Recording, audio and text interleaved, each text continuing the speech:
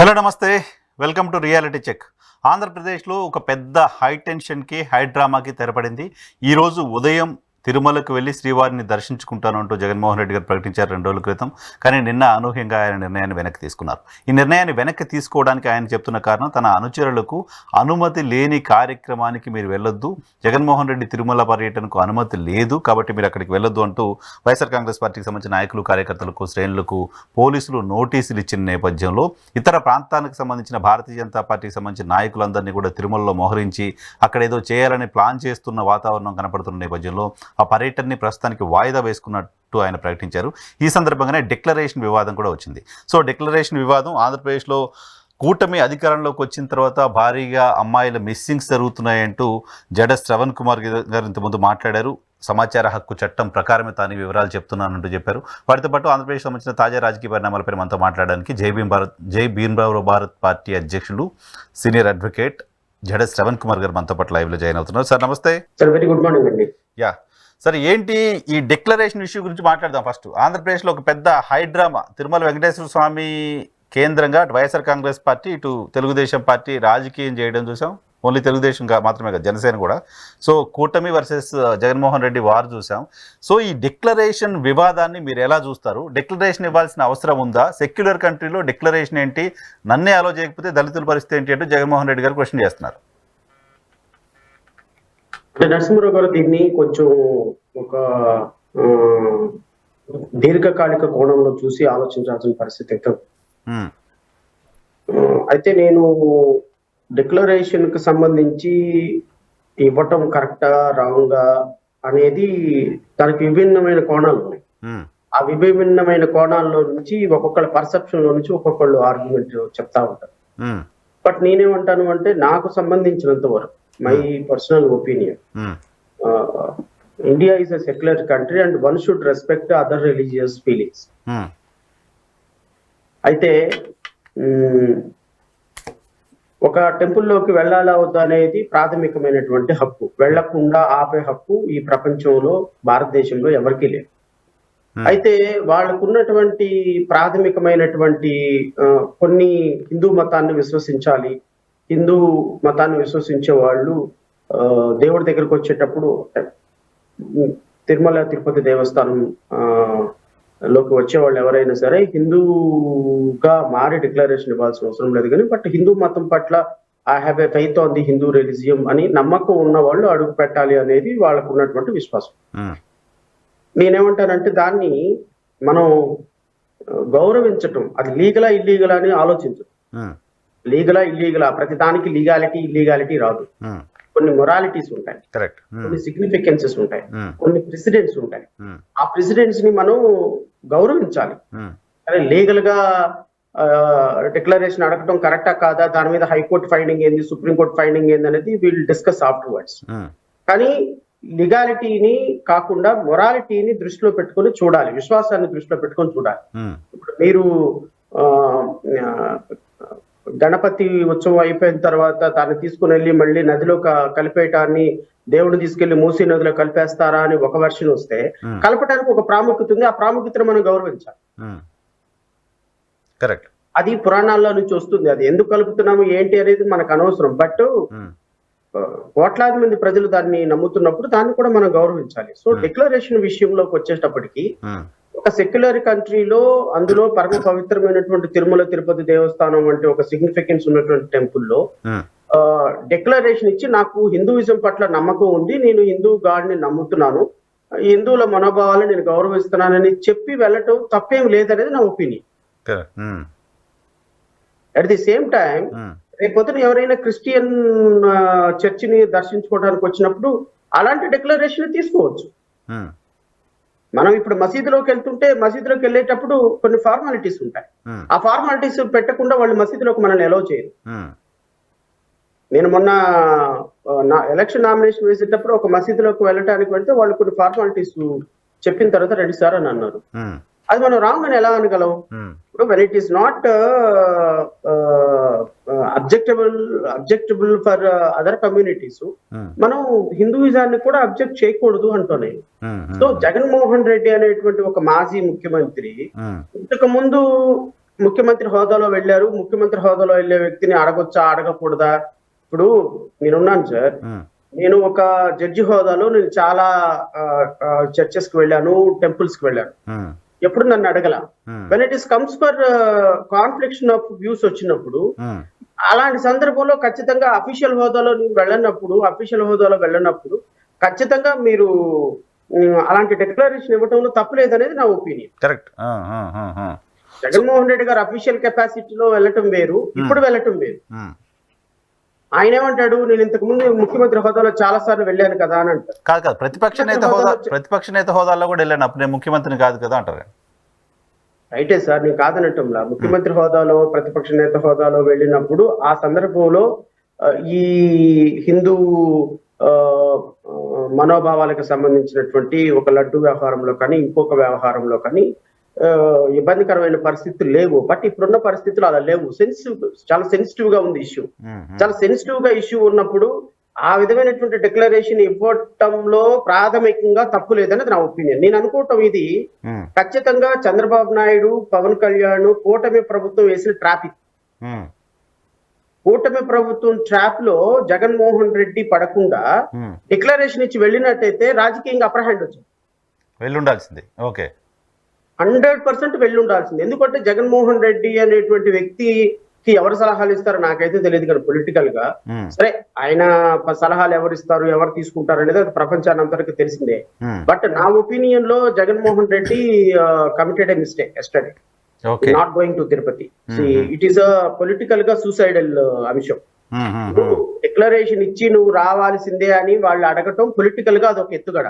అసలు తిరుమల తిరుపతి దేవస్థానంలో లడ్డు వ్యవహారాన్ని తీసుకొచ్చి అది అడల్టర్డ్ ఘీ తోడు తయారు చేశారని చెప్పటమే పొలిటికల్ గా ఎత్తుగడ. జగన్మోహన్ రెడ్డిని రాజకీయంగా సమాధి చేయాలి అనేటువంటి ఉద్దేశంతో కోట్లాది మంది హిందూ మనోభావాలు దెబ్బతీశాడు అనేటువంటి ఒక మరకని చల్లటానికి వేసినటువంటి పొలిటికల్ డ్రామాలో వాళ్ళు కంప్లీట్ గా పడిపోయారు.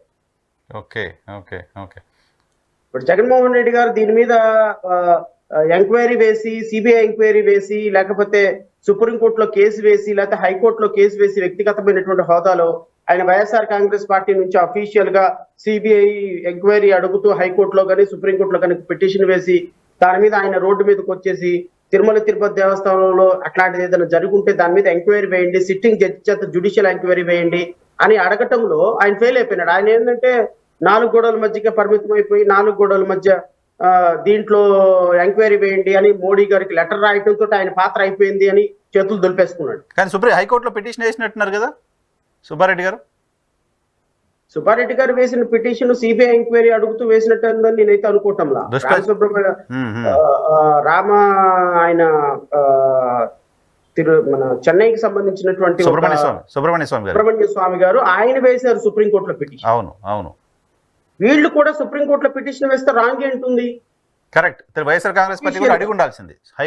సిబిఐ డిమాండ్ చేయడం కాకుండా లీగల్ గా అడిగి ఉండాల్సింది. సిబిఐ ఎంక్వైరీ కూడా నమ్మకం లేదు నాకు. జ్యుడిషియల్ ఎంక్వైరీ అడగాలి. Judicial enquiry, okay.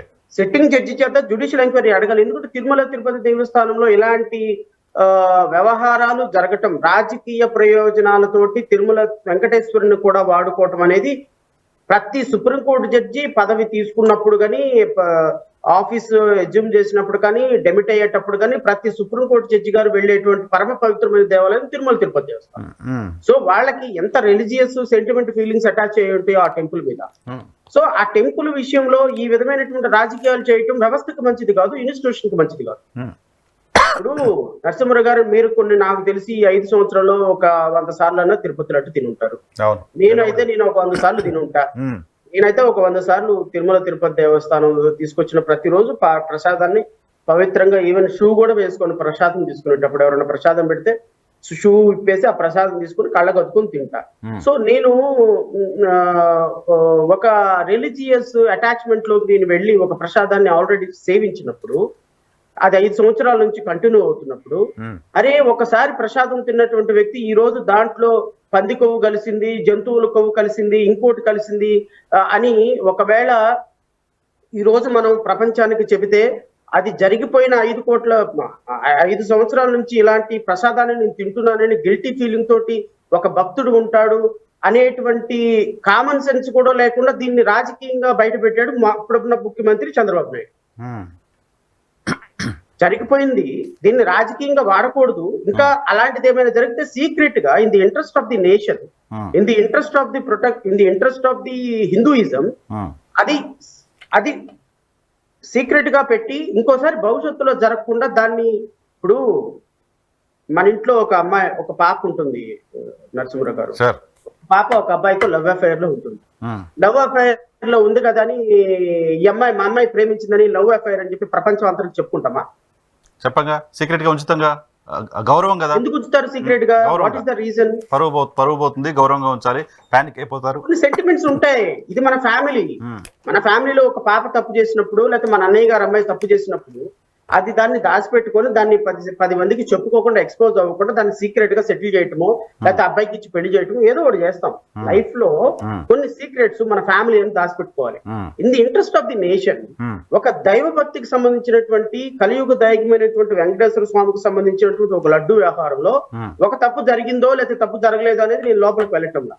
ఒకవేళ అలాంటిది ఏదైనా ఒకటి అలా జరిగి ఉన్నట్టయితే దాన్ని ప్రపంచానికి చెప్పి ఇప్పుడు కోట్లాది మంది ప్రజల యొక్క మనోభావాలను దెబ్బతీయకుండా చూడాల్సిన బాధ్యత కూడా చంద్రబాబు నాయుడు. కరెక్ట్. కానీ ఇక్కడ మీరు ఇంతకుముందు YS Jaganmohan Reddy, YSR Congress party CBI విచారణ అడిగి ఉండాల్సింది, డెఫినెట్గా అడిగి ఉండాల్సింది.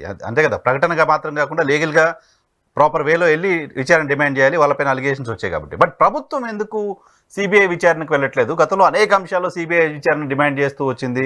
ఈవెన్ నిజానికి వైఎస్ఆర్ కాంగ్రెస్ పార్టీ అప్పుడు ప్రభుత్వం తప్పు చేసిందని ఎస్టాబ్లిష్ చేయడానికి ఉన్న అవకాశం కూడా కదా ప్రభుత్వానికి. ఎందుకు ప్రభుత్వం సిట్ పేరుతో విచారణ చేస్తోంది, సిబిఐకి ఎందుకు వెళ్ళట్లేదు? నరసింహరావు గారు, ఇది పొలిటికల్ గా జగన్మోహన్ రెడ్డిని సమాధి చేయడానికి వేసినటువంటి ఒక ట్రాప్. ఖచ్చితంగా నేను అనుకోవటం, లడ్డు వ్యవహారంలో వీళ్ళు అనుకున్న స్థాయిలో ఏ విధమైనటువంటి అడల్టర్డ్ గీ వాడలేదు. అది ఏ విధంగానూ ఆ ఫుడ్ కంటామినేటెడ్ అయిందని నేనైతే అనుకుంటాను. ఇది పొలిటికల్ గా ఒక థాట్ ని వీళ్ళు త్రో చేశారు, పబ్లిక్ లోకి త్రో చేశారు ఒక థాట్ ని. అది సెంటిమెంట్ పరంగా చాలా స్ట్రాంగ్ సెంటిమెంట్ ఫీలింగ్స్ అటాచ్ అయి ఉంటాయి కాబట్టి అది బ్లాస్ట్ అయ్యింది. సో సబ్సిక్వెంట్ గా దీన్ని ఎలా ఓవర్కమ్ అవ్వాలో అర్థం కావటం లేదు వాడికి. ఏ విధంగా ఓవర్కమ్ అయ్యి దీన్ని ఇష్యూను సాల్వ్ చేయాలి. ఇప్పుడు సిట్టింగ్ జడ్జి చేత విచారణకు ఆదేశించారనుకోండి, రియాలిటీ బయటకు వస్తుంది. ఒకవేళ సిబిఐ ఎంక్వైరీ వేశారనుకోండి, ఈ రోజు కాదు రేపైనా రియాలిటీ బయటకు వస్తుంది. ఇప్పుడు వీళ్ళు ఈ అడల్టర్డ్ గీ అనేది కంటైనరు ఒక స్టేజ్ లో ఆఫ్ చేసి దాన్ని రిపోర్ట్ వచ్చిన తర్వాత దాన్ని వెనక పంపించేశారు. సో వీళ్ళ ఎజంప్షన్ ఏంటి అంటే ప్రీవియస్లీ ఇలాంటి గీనే వాడి ఉంటారేమో అనేది వీళ్ళ ఎజంప్షన్. అంతే. It's an assumption only, it is not proved fact. ఇప్పుడు ఒకవేళ అలాంటిదే కనుక ప్రూవ్ అయితే వీళ్ళు ఫస్ట్ తప్పు అవుతారు. కరెక్ట్. ఆపరేషన్ లో వచ్చి ఒక గీ ట్యాంకర్ వచ్చి పార్క్ చేశారు నరసింహరావు గారు తిరుమల తిరుపతి దేవస్థానంలో. పార్క్ చేసిన తర్వాత ఫస్ట్ ఆఫ్ ఆల్ దాన్ని ల్యాబ్ రిపోర్ట్ కి పంపిస్తారు. ల్యాబ్ రిపోర్ట్ కి పంపించిన తర్వాత 1 days 2 days 3 days lab report వచ్చిన తర్వాత క్లియరెన్స్ వచ్చిన తర్వాతనే గీ ట్యాంకర్ ని లోపలికి తీసుకెళ్తారు. అది ఎగ్జిస్టింగ్ రూల్స్. అది మీరు చెప్తారు, నేను చెప్తాను, మారో. ఏ ప్రభుత్వాలు ఎవరైనా సరే ఖచ్చితంగా ఆ విధమైనటువంటి ప్రొసీజర్ ఫాలో అవుతారు. వీళ్ళు టెస్ట్ చేసినప్పుడు వీళ్ళ వెర్షన్ ప్రకారం, ఈఓ వెర్షన్ ప్రకారం వీళ్ళు టెస్ట్ చేసినప్పుడు ఒక ట్యాంకర్ లో ఈ విధమైనటువంటి అవశేషాలు ఉండి ఉండవచ్చు అనేది ఒక ల్యాబ్ రిపోర్ట్. ఉండి ఉండవచ్చు because it is subject to final report అంటారు. మళ్ళీ ఉండి ఉండవచ్చు. ఈ ఉండి ఉండవచ్చు అనేటువంటి ఒక ప్రిజంప్షన్ థాట్ ని తీసుకొని వీళ్ళు ఇంతకు ముందు చాలా ట్యాంకర్లు ఇలాగే వెళ్ళి ఉంటాయేమో అనేటువంటి ఒక ప్రకటన చేశాడు ముఖ్యమంత్రి. జగన్మోహన్ రెడ్డిని ఇబ్బంది పెట్టడానికి చేసినటువంటి ఈ ప్రకటన రాజకీయ ప్రయోజనమైన ప్రకటన అనే దానికి ఒక క్లారిటీ ఉంది చంద్రబాబు నాయుడుకి. దీన్ని డెవలప్ చేసి దీన్ని ఇంకా కొద్దిగా డెవలప్ చేసి దాన్ని అడ్వాన్స్డ్ వెర్షన్ తీసుకొచ్చాడు నారా లోకేష్. దీనికి పూర్తి స్థాయిలో షేపింగ్ ఇచ్చి దీన్ని హిందూయిజం వైపు మరల్చాడు పవన్ కళ్యాణ్. సో దీన్ని హిందూయిజం వైపు, సనాతన ధర్మం వైపు మరల్చి దీన్ని పబ్లిక్ అందరినీ కూడా తిరుమల తిరుపతి దేవస్థానం, ట్రాప్, గీ వ్యవహారం, ప్రసాదం అనేటప్పటికి ఈ ముగ్గురు కలిపి, అంటే ఇంక్లూడింగ్ భారతీయ జనతా పార్టీ, వీళ్ళ ముగ్గురు కలిపి వేసినటువంటి ట్రాప్ లో 100 అడుగుల లోతుకు దిగిపోయినాడు జగన్మోహన్ రెడ్డి. నిజంగా గనక ఆయన నేను తప్పు చేయలేదు, ఇప్పుడు నా మీద ఒక ఎలిగేషన్ వచ్చినప్పుడు నేను దాన్ని రివర్ట్ చేసేదాన్నో లేకపోతే రివర్ట్ చేసే ప్రాసెస్ లో నా యొక్క క్రెడిబిలిటీ ఆధారపడి ఉంటుంది. మేము ప్రధానమంత్రికి లెటర్ రాస్తాం. లెటర్ ఎందుకు రాస్తారు ప్రధానమంత్రికి లెటరు? బీజేపీలో మీ వాళ్ళు కూడా బోర్డు ట్రస్ట్ లో ఉన్నారు అని. అసలు తిరుపతి దేవస్థానం యొక్క ట్రస్ట్ బోర్డుని భ్రష్టు పట్టించిన వ్యక్తుల్లో మొదటి వ్యక్తి జగన్మోహన్ రెడ్డి. ఎవడ పడితే వాడికి తిరుపతి దేవస్థానంలో ట్రస్ట్ బోర్డు మెంబర్ ఇచ్చి, సారా వ్యాపారంలో ఉన్న వాడికి ట్రస్ట్ బోర్డు మెంబరు, గుట్కా వ్యాపారంలో ఉన్న వాడికి ట్రస్ట్ బోర్డు మెంబరు, క్రిమినల్ వ్యాపారాలు చేసి రేపులు మర్డర్లు చేసేవాడికి ట్రస్ట్ బోర్డు మెంబరు, లేకపోతే పొద్దున్న లెగిస్తే డబ్బులెట్ట దాచుకుందామా డబ్బులెట్ట దోచుకుందామని ఆలోచించే సుబ్బారెడ్డి లాంటి వాడికి ట్రస్ట్ బోర్డు మెంబరు, లేకపోతే నాకు మినిస్టర్ పదవి లేదు కాబట్టి నీ ప్రభుత్వాన్ని కూలుస్తానన్న కరుణాకర్ రెడ్డి లాంటి ట్రస్ట్ బోర్డు చైర్మన్, ఇలాంటి వెధవాళ్ళందరినీ తీసుకొచ్చి ట్రస్ట్ బోర్డు మెంబర్లుగా ట్రస్ట్ బోర్డు చైర్మన్లుగా కూర్చోబెట్టి తిరుపతి దేవస్థానం ఒక వ్యాపార అడ్డాగా మార్చేశాడనే ఇంప్రెషన్ ప్రజల్లో ఉంది. పొలిటికల్ అకామిడేషన్ కోసం వాడారు దాన్ని, పొలిటికల్ అకామిడేషన్ కోసం వాడారనేది ఇంప్రెషన్ ప్రజల్లో ఉంది. ఈ రోజు నువ్వు పత్తి కబుర్లు చెప్తే ఎట్లా? ఈ రోజు ఆ తిరుపతి గతంలో అటువంటి ఎలిగేషన్స్ ఉన్నాయి కాబట్టి, టీటీడీ పైన గతంలో అటువంటి ఎలిగేషన్స్ ఉన్నాయి కాబట్టి చంద్రబాబు నాయుడు గారు చేసిన ఈ కామెంట్ కి ఎక్కువ వైడర్ రీచ్ వచ్చింది, ఎక్కువ ప్రాముఖ్యత వచ్చింది. ఇప్పుడు నాలాంటి వాళ్ళం తిరుపతి దేవస్థానం ప్రతిష్టను కాపాడండి, ట్రస్ట్ బోర్డు మెంబర్లుగా మంచి వాళ్ళని వేయండి, ఇలాంటి వాళ్ళందరినీ వేయద్దు అని చెప్పేసి మేము హైకోర్టుకి వెళ్ళి ఫైట్ చేసిన మా లాంటి వాళ్ళందరూ మేము చంద్రబాబు నాయుడు గారు చెప్పినటువంటి అంశాన్ని అది తప్పని తెలిసినా కూడా పూర్తి స్థాయిలో వ్యతిరేకించలేకపోతున్నాం. ఎందుకు వ్యతిరేకించలేకపోతున్నాము అంటే, మీరా ఈ ట్రస్ట్ ఈ విధంగా జరగలేదు, దీని మీద సిబిఐ ఎంక్వైరీ వేయండి, సిట్టింగ్ జడ్జి విచారణ చేయండి అని చెప్పేసి మీరు హైకోర్టు కానీ సుప్రీంకోర్టు కానీ వెళ్ళటం లేదు. మీరు రోడ్ల మీదకి వచ్చి ఇది చేయటం లేదు. మీరు తిరుపతి దేవస్థానం వెళ్ళి అక్కడికి ఏదో దీక్ష చేస్తారని అన్నారు. దీక్ష చేయడానికి వెళ్లే సందర్భంలో ఆయన ఏదో 4 పోలీసులు పెట్టారు, మీరు ఆగిపోయినారు ఇంట్లో కూర్చొని. నేను ముఖ్యమంత్రిగా ఉన్నప్పుడు వెళ్ళాను, ఇప్పుడు వెళ్ళలేదంటే అంతే. ప్రభుత్వం అంతే. మీరేమైనా తక్కువ చేశారా? మీరు ఎన్ని వందల సార్లు మాలాంటి వాళ్ళకి పోలీసు నోటీసులు ఇవ్వలేదు. మీరు ఎన్ని వందల సార్లు మాలాంటి వాళ్ళని అమరావతి వెళ్లకుండా ఆపలేదు. మీరు ఎన్ని వందల సార్లు మా కార్యకర్తలకి జేబీఎంరావు భారత పార్టీ కార్యకర్తలను వెళ్లకుండా నోటీసులు ఇచ్చి అరెస్టులు చేశారు. ఇప్పుడు మీరేమన్నా అద్భుతమైనటువంటి పరిపాలన చేసి ప్రజాస్వామ్యాన్ని గౌరవించిన వాళ్ళు అయితే మీలాంటి వాళ్ళకి ఇప్పుడు సపోర్ట్ గా మేము మాట్లాడు. మీరు చేసినవన్నీ ఎదవ పనులు, మీరు చేసిందంతా అప్రజాస్వామిక పనులు, మీరు పెట్టిందంతా పొలిటికల్ అఫిలియేషన్. మరి ఈ రోజు మీరు నీతి కబుర్లు చెప్తే అవి వినటానికి శుద్ధపసు కబుర్లాగా ఉంటాయి కానీ అవి నిజంగా మాట్లాడిన కబుర్లాగా ఉంటాయా? కరెక్ట్. ఇప్పుడు అంతకుముందు శేఖర్ రెడ్డి గారు ఉన్నారు. శేఖర్ రెడ్డి గారి పైన వైసీపీ టీడీపీ అధికారంలో ఉన్న టైంలో శేఖర్ రెడ్డి మొత్తం టీటీడీని దోచేస్తున్నారంటూ అలిగేషన్ చేసి వైసీపీ అధికారంలోకి వచ్చిన తర్వాత శేఖర్ రెడ్డికి బోర్డు మెంబర్ ఇచ్చింది. True, absolutely true. ఇంకోటి నరసింహరావు, నేను ఇంకోటి కూడా ఏమంటానంటే, ఇప్పుడు ఎవడు అధికారంలో ఉంటే అధికారంలో ఉన్నవాడేమో శుద్ధపుస, అధికారంలో లేని వాడేమో ఏం సార్ బాధితుడు, విక్టిమ్. విక్టిమ్ కాదు, అధికారంలో లేనివాడు అధికారంలో ఉన్నవాడేమో చేసేదంతా అవినీతి, అధికారంలో ఉన్నవాడు చేసేదంతా అవినీతి, అక్రమాలు, అన్యాయాలు. ప్రతిపక్షంలో ఉన్నవాడు శుద్ధపూస. ఇది కాదు. ప్రతిపక్షంలో ఉన్న వాళ్ళు కూడా ఈక్వల్లీ రెస్పాన్సిబుల్. ఎందుకు అంటే వీళ్ళు రేపు అధికారంలోకి వచ్చిన తర్వాత చేసేది అదే చేశారు కదా. మీరు రెండు పార్టీలు కూడా. చంద్రబాబు నాయుడిని కూటమి ప్రభుత్వాన్ని అడుగుతున్నా, కూటమి ప్రభుత్వానికి కాషన్ ఇస్తున్నాం. మంచో చెడో నాకు తెలియదు, ప్రపంచానికి తెలియదు, హిందూ భక్తులకు తెలియదు. తిరుపతి దేవస్థానాన్ని కాపాడేటువంటి మహత్తరమైనటువంటి బాధ్యత ఈ రోజు చంద్రబాబు నాయుడు చేతుల్లో ఉంది. ఎందుకుంది అంటే, చంద్రబాబు నాయుడు ఈ రోజు ఒక లడ్డు వ్యవహారంలో కారణం, ఇలాంటి అపవిత్రమైనటువంటి కార్యక్రమాలు అక్కడ జరగటానికి కారణం ట్రస్ట్ బోర్డు మెంబర్లు, చైర్మన్. ఎగ్జాక్ట్లీ. ట్రస్ట్ బోర్డు మెంబర్లు ప్రాపర్ గా లేకపోవటం వల్ల నరసింహరావు గారు అక్కడికి వచ్చేటువంటి వాటర్ బాటిల్ దగ్గర నుంచి స్వామివారికి మార్నింగ్ పెట్టే ప్రసాదం వరకు కూడా దాని పూర్తి బాధ్యతలు నిర్వహించవలసింది trust board member. Trust board మెంబర్ల మీద అంత గురుతరమైన బాధ్యత ఉంటుంది, చైర్మన్ మీద అంత గురుతరమైన బాధ్యతలు ఉంటుంది. చైర్మన్ కానీ లేకపోతే ట్రస్ట్ బోర్డు మెంబర్లు కానీ దరిద్రుల్ని, బెదవల్ని, తాగుబోతోళ్ళని, తిరుగుబోతోళ్ళని తీసుకొచ్చి అక్కడ కూర్చోబెట్టిన కారణంగా ఈ రోజు తిరుపతి దేవస్థానంలో అక్కడ అన్యమత ప్రచారం అనేటువంటి ఒక ఎలిగేషన్, తిరుమల తిరుపతి దేవస్థానంలో అక్రమాలు జరుగుతున్నాయి, అసాంఘిక కార్యక్రమాలు జరుగుతున్నాయి, అక్కడ కాటేజెస్ లో అనేది ఒక allegation. And otherwise Tirumala Tirupati దేవస్థానం ప్రసాదంలో కల్తీ జరుగుతున్నది ఒక ఎలిగేషన్. తిరుమల తిరుపతి దేవస్థానంలో L1 టికెట్లు, దర్శనం టికెట్లు అమ్ముకుంటున్నారు అనేది ఒక ఎలిగేషన్.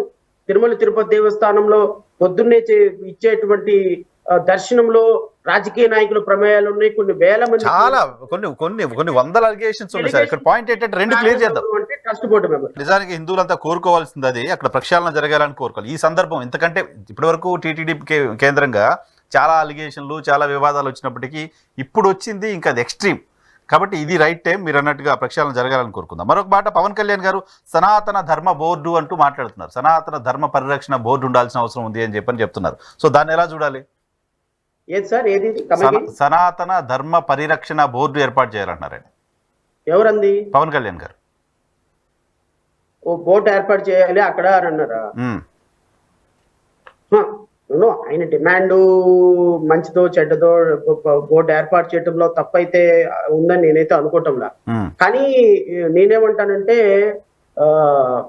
ఇంకా బోర్డులు ఏర్పాటు చేయాల్సినవి చాలా ఉన్నాయి అంటున్నా నేను. ఎందుకంటే సనాతన ధర్మంలో రాముని సనాతన ధర్మానికి ప్రతీకగా పూజించేటువంటి ఏకపత్ని వ్రతుడు రాముని మనం పరమ దైవంగా పూజించేటువంటి భారతదేశంలో మనం ఒక కమిటీ వేసి మనం ఏ విధంగా రాముని క్వాలిటీస్ మనలో ఉన్నాయని మనం ప్రపంచానికి సనాతన ధర్మం గురించి చెప్తాం.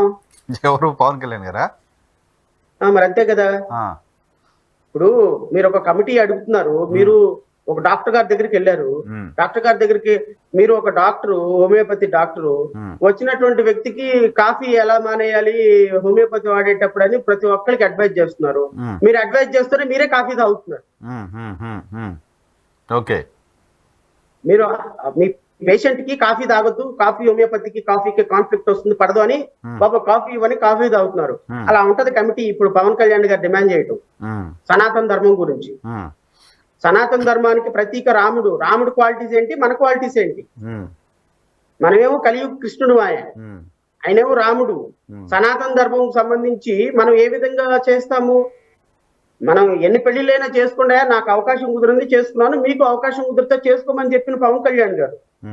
నేను వ్యక్తిగతంగా ఆయన మాట్లాడటంలా, ఇంతకు ముందు ఆయన ఇచ్చినటువంటి నాకు అయింది, నా కర్మ అవ్వలేదు, కూడా అవసరమైతే చేసుకోండియా, ఏంటి నన్ను అంటారేంటి ప్రతిసారి అన్నటువంటి వ్యక్తి సనాతన ధర్మం గురించి కమిటీ వేయాలి అని అంటే వేద్దాం. అది కూడా వేసి ఇది కూడా ఎగ్జామిన్ చేయమని చెప్దాం. సరే, మీరేంటి మీరేదో సమాచార హక్కు చట్టం ద్వారా ఏదో ఇన్ఫర్మేషన్ తీసుకున్నానని చెప్తున్నారు. ఆంధ్రప్రదేశ్ లో అమ్మాయిల మిస్సింగ్లకు సంబంధించి గతంలో పవన్ కళ్యాణ్ గారు చేసిన వ్యాఖ్యలు చాలా పెద్ద సెన్సేషన్ దేశవ్యాప్తంగా అయ్యాయి. సో ఇప్పుడు చంద్రబాబు నాయుడు గారు చేసిన అలిగేషన్ తరహాలోనే అది కూడా దేశవ్యాప్తంగా చర్చ అయింది. కేంద్ర నిఘా వర్గాలు ఆయనకు చెప్పాయని చెప్పారు. 30,000 మంది అమ్మాయిలు మిస్ అయ్యారు, వాలంటీర్ల ద్వారా మిస్ అయ్యారు, ఇవన్నీ అలిగేషన్ చేశారు. సో ఇప్పుడు 100 రోజులు అవుతుంది కూటమి అధికారంలోకి వచ్చి. ఆ ఆడపిల్లల పరిస్థితి ఏంటి? కొత్తగా కూడా చాలా మంది మిస్ అయ్యారు అనేది మీ దగ్గర ఇన్ఫర్మేషన్ ఉన్నట్టుగా నేను మన ప్రెస్ కాన్ఫరెన్స్ చూసాను. నేనేమంటానంటే ఇంకొక కమిటీ కూడా ఏమంటున్నాను నేను పవన్ కళ్యాణ్ గారు, 30,000 మంది మిస్ అయినటువంటి ఆడపిల్లలు ఒక పక్కను, ఈ ప్రభుత్వం వచ్చిన తర్వాత ఇంకొక 4,000 మంది 3,000 మంది చిన్న పిల్లలు మిస్ అయ్యారు. ఈ 3,500 మంది పిల్లలు అప్పుడెప్పుడో ఒక మన పరవాడ పోలీస్ స్టేషన్ కి పవన్ కళ్యాణ్ గారు ఫోన్ చేస్తే ఆ అమ్మాయి కాశ్మీర్ లో ఉంటే హెలికాప్టర్లు వేసుకొని వెళ్ళి తీసుకొచ్చారంట ఆ అమ్మాయిని, పాపని, చిన్న పాప ఎవరు మిస్ అయితే. అంటే పవన్ కళ్యాణ్ గారు ఫోన్ చేయగానే ఒక ఫోన్ కాల్ కి అమ్మాయి కాశ్మీర్ లో ఉందని తెలుసుకొని వాళ్ళు కాశ్మీర్ లో నుంచి తీసుకొచ్చారు. అందుకని నేనేమంటానంటే పవన్ కళ్యాణ్ గారు ఒక ఆయన కేరళ నుంచి పిలిపిస్తున్నారు, ఒక సెక్రటరీని, ఐఏఎస్ ఆఫీసర్. ఆయనను వీర మహిళలను మన జన సైనికులను వెళ్ళి కనీసం ఒక్కరోజు కేటాయించి పవన్ కళ్యాణ్ గారు కూర్చొని టేబుల్ మీద కూర్చొని డీజీపీ గారిని పక్కన కూర్చోబెట్టుకుని ఎవరెవరు మిస్ అయ్యారనేది ప్రతి పోలీస్ స్టేషన్ కి ఒక్క ఫోన్ కాల్ కొడితే నాకు తెలిసి మిలిటరీ హెలికాప్టర్లు అన్ని వెళ్ళి ఆ పిల్లల్ని ఎక్కించుకొని వస్తాయి. ముందు పవన్ కళ్యాణ్ గారు ఆ ఒక్క పని చేస్తే ఒక్క ఫోన్ కాల్ తో పని అయిపోతుంది.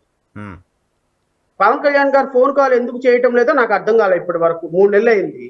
3 నెలలకే 3,000-4,000 మంది 3,600 మంది పిల్లలు మిస్ అయితే ఈ 3,600 మంది పిల్లలు ఎందుకు మిస్ అయ్యారు అనేది డీజీపీ గారితో ఎందుకు ఈయన రివ్యూ పెట్టలేదు? ఎందుకు ఈ ఒక్క ఫోన్ కాల్ చేసి వాళ్ళందరినీ ట్రాక్ చేయటం లేదు? ఎందుకు ఈ పిల్లల్ని నా తల్లిదండ్రులకి తీసుకొచ్చి ఇప్పుడు వ్యభిచార కోపంలోకి వెళ్ళిపోయినట్టు ఆయన ప్రకారంగా మిస్ అయిన ప్రతి పాప వ్యభిచారంలోకి, ఉమెన్ ట్రాఫికింగ్ లోకి వెళ్ళిపోతుంది. అవును, వెళ్ళిపోయినటువంటి ప్రతి పాపని తీసుకొచ్చి పెట్టేటువంటి బాధ్యత పవన్ కళ్యాణ్ గారికి ఉంటుందని నేనైతే అనుకుంటున్నా. ఎందుకంటే ఆయన డిప్యూటీ చీఫ్ మినిస్టర్ కాబట్టి. సో సనాతన ధర్మం గురించి మాట్లాడి కమిటీ వేయాలి, ధార్మికత మీద కమిటీ వేయాలి అనుకున్నప్పుడు ఈ వీటి మీద కూడా ఒక కమిటీ వేసుకుంటే ఇంకా ఆయన క్రెడిబిలిటీ బాగా పెరిగే అవకాశం ఉంది. ఈ వీటి మీద కూడా ఆయన్ని కొద్దిగా దృష్టి సారించమని నేను మీ ద్వారా ప్రభుత్వంలో ఉన్నటువంటి ఉప ముఖ్యమంత్రి గారిని కోరుతున్నాను. సో ఇప్పుడు గతంలో వాలంటీర్ ద్వారా మిస్ అవుతాయి, ఇప్పుడు ఈ 100 రోజుల కాలంలో మిస్ అయిన 3000 మందికి పైగా మీరు చెప్తున్న దాని ప్రకారం, మీరు చెప్తున్నాం కదా, గవర్నమెంట్ ఆఫ్ ఆంధ్రప్రదేశ్ చెప్పింది కదా మీకు, అది డీజీపీ గారు ఇచ్చిన రిపోర్ట్. సో ఎందుకు మిస్ అయి ఉంటారు, కారణం ఏంటి, ఎక్కడికి వెళ్ళి ఉంటారు, ఎవరు వాళ్ళని చేస్తుంటారు? వాలంటీర్లు అయితే ఇప్పుడు యాక్టివ్గా లేరు, ఫోర్స్లో లేరు. అంటే నేను అనుకోవటం ఏంటి అంటే మొన్నటిదాకా వాలంటీర్లు చేసినటువంటి పని ఇప్పుడు జన సైనికులు చేస్తున్నారు. ఎందుకంటే అంటే ఎలిగేషన్ కాదు, జన సైనికులకి ఇన్ఫర్మేషన్ ఉండాలి దీనికి సంబంధించి. ఇప్పుడు పవన్ కళ్యాణ్ గారు ఉప ముఖ్యమంత్రి అయిన తర్వాత జన సైనికులు, వీర మహిళలు ఇంటింటికి వెళ్ళి ప్రభుత్వ కార్యక్రమాలు ఎలా జరుగుతున్నాయి, పవన్ కళ్యాణ్ గారు ఎలా పనిచేస్తున్నారు, పవన్ కళ్యాణ్ గారు ఏ విధంగా ప్రజల మనసులను చూరగొనటానికి ఆయన పనిచేస్తున్నారని వాళ్ళు చాలా యాక్టివ్ గా పల్లెటూరుల్లో ఇంటింటికి వెళ్ళి మొన్న సభ్యత్వ నమోదు కార్యక్రమం చేస్తున్నారు. సభ్యత్వ నమోదు కార్యక్రమం చాలా సీరియస్ గా ఇంటింటికి వెళ్ళారు వాళ్ళందరూ. ఈ పిల్లలు ఎందుకు మిస్ అవుతున్నారు అనేది ఇన్ఫర్మేషన్ నాకు తెలిసి వాళ్ళ దగ్గర ఉంటుందేమని నేను అనుకుంటున్నాను. ఎందుకంటే వాలంటీర్లు ఎటు లేరు కదా. మరి వాలంటీర్లు లేనప్పుడు ఎందుకు మిస్ అయ్యే అవకాశం కనపడుతుంది? వీళ్ళు ఆ ఇన్ఫర్మేషన్ గవర్నమెంట్ దగ్గర లేదు. సో వీళ్ళు ఎందుకు మిస్ అవుతున్నారు అనేది పవన్ కళ్యాణ్ గారి జనసేన వీర మహిళలు, జన సైనికుల దగ్గర ఇన్ఫర్మేషన్, ఒకవేళ అలాంటి ఇన్ఫర్మేషన్ గ్యాదర్ చేసే అవకాశం వాళ్ళకే ఉంది. ఎందుకంటే ఇప్పుడు ప్రజల దగ్గరికి వాళ్లే వెళ్తున్నారు, మిగతా వాళ్ళు ఎవరు వెళ్ళటంలా. సో వీళ్ళ దగ్గర అలాంటి ఇన్ఫర్మేషన్ ఏమైనా ఉందేమో మరి చూసుకోవాలి. నాకున్న ప్రాథమికమైనటువంటి అవగాహన ఏంటి అంటే ప్రతి కొంతమంది మహిళలు ఇంట్లో నుంచి పారిపోతా ఉంటారు, వాళ్ళు తల్లిదండ్రుల మీద కోపంతోనూ, లేకపోతే ఒక ఇమ్మెచ్యూర్డ్ అండ్ తెలియని తనంలో కొంతమంది ఆడపిల్లలు లవ్ అఫైర్లు అవి ఇవి అని చెప్పి కొంతమంది వెళ్ళిపోతూ ఉంటారు. వెళ్ళిపోయిన ప్రతి ఆడపిల్ల ఒక తల్లిదండ్రులు మిస్సింగ్ కేసు నమోదు చేస్తారు. సో ఇనీషియల్ గా మా పాప కనపడటం లేదని పోలీస్ స్టేషన్ కి వెళ్ళి నేను రిపోర్ట్ ఇస్తే వాళ్ళు ఫస్ట్ చేసేది మిస్సింగ్ కేసు నమోదు చేస్తారు. మిస్సింగ్ కేసు నమోదు చేయకుండా వాళ్ళు ఇన్వెస్టిగేషన్ చేయడానికి లేదు.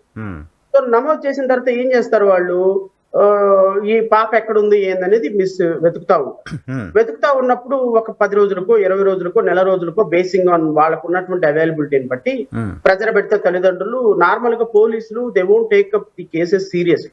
వాళ్ళకున్న బికాస్ ఆఫ్ వేరియస్ వర్క్స్ లో వాళ్ళు దీనికి చాలా లెస్ ఇంపార్టెన్స్ ఇస్తారు. వాళ్ళు బాగా తల్లిదండ్రులు ప్రెజర్ పెడుతున్న సందర్భంలో వాళ్ళు మొబైల్ ట్రాకింగ్ పెట్టి ఎక్కడున్న పాప కనుక్కున్న సందర్భంలో ఆమె తీసుకొచ్చి తల్లిదండ్రుల దగ్గరికి, ఒకవేళ ఆమెకు పెళ్లి అయితేనేమో భర్తతోటి 18 years నిండితే భర్తతోటి పంపిస్తారు. ఒకవేళ పెళ్లి కాకపోతే ఆమెను తిట్టి తల్లిదండ్రులకు అప్పచెప్పేస్తారు. ఇది జనరల్ ప్రాసెస్. ఈ తల్లిదండ్రులకు అప్పచెప్పిన తర్వాత ఎఫ్ఐఆర్ క్లోజ్ అవ్వదు. ఎఫ్ఐఆర్ ఓపెన్ లోనే పెడతారు వాళ్ళు. మళ్ళీ భవిష్యత్తులో ఏదైనా ప్రాబ్లం వస్తుందేమోనని ఎఫ్ఐఆర్ క్లోజింగ్ కి మళ్ళీ ఎస్పీ పర్మిషన్ ఇవ్వాలి అండ్ కోర్టు పర్మిషన్ ఇవ్వాలి ఎఫ్ఐఆర్ ఒకసారి రిజిస్టర్ అయిన తర్వాత. సో ఈ court permission, superintendent of police permission కి కొంత లేట్ అయ్యే ప్రాసెస్ లో ఈ క్లోజింగ్ ఎఫ్ఐఆర్ అవ్వదు. సో ట్రేస్ అయినటువంటి పాపలు, ఆడపిల్లలు ఇమ్మీడియట్ గా వాళ్ళు ఈ ఎఫ్ఐఆర్ క్లోజ్ అవ్వని కారణంగా ఈ కౌంట్ అలాగే కనపడుతుంది. మన సోకాళ్ళు 2 లక్షల పుస్తకాలు చదివినటువంటి ఉప ముఖ్యమంత్రి గారు నమోదైన కేసులను చూసుకున్నారు కానీ ట్రేస్ అయిన కేసెస్ ని స్టాటిస్టిక్స్ ని తీసుకోవాలి.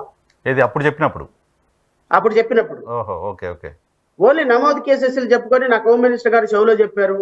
మాకు హోమ్ మినిస్టర్ గారు మా ఇంటికి వచ్చి నాకు సీక్రెట్ గా చెప్పారు. కేంద్ర నిఘా వర్గాలు నన్ను హెచ్చరించి వెళ్ళి డీజీపీతో మాట్లాడి ఆ పిల్లలందరినీ కాపాడండి, మీరు పవన్ కళ్యాణ్ గారు సినిమా హీరో కాబట్టి అని చెప్పారు అని చెప్పేసి మాట్లాడారు. నేను వారికి తెలియదు నేను అనుకోను, ఎందుకంటే ఈజ్ వెరీ ఇంటెలిజెంట్. కాకపోతే ఏంటి అంటే పొలిటికల్ గా దాన్ని ఒక అడ్వాంటేజ్ తీసుకొచ్చుకోవాలనేటువంటి ఒక ప్రాసెస్ లో భాగంగా ఆయన ఎలిగేషన్ చేశారు.